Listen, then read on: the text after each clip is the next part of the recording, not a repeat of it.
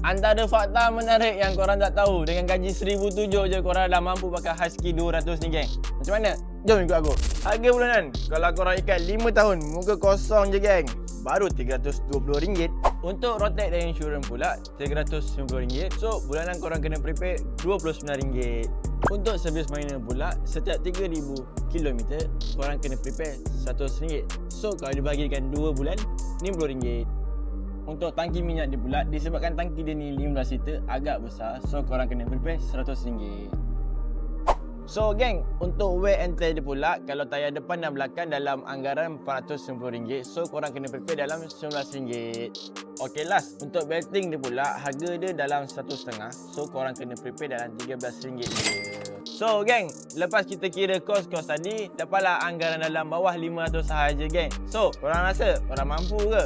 Aku dah kata dah, korang mesti mampu je nak beli Husky 200 ni. Jadi, kalau korang berminat dengan Husky 200 ni, korang isi form sekarang, kita ready stock dan kita juga free delivery seluruh Malaysia. Bye-bye.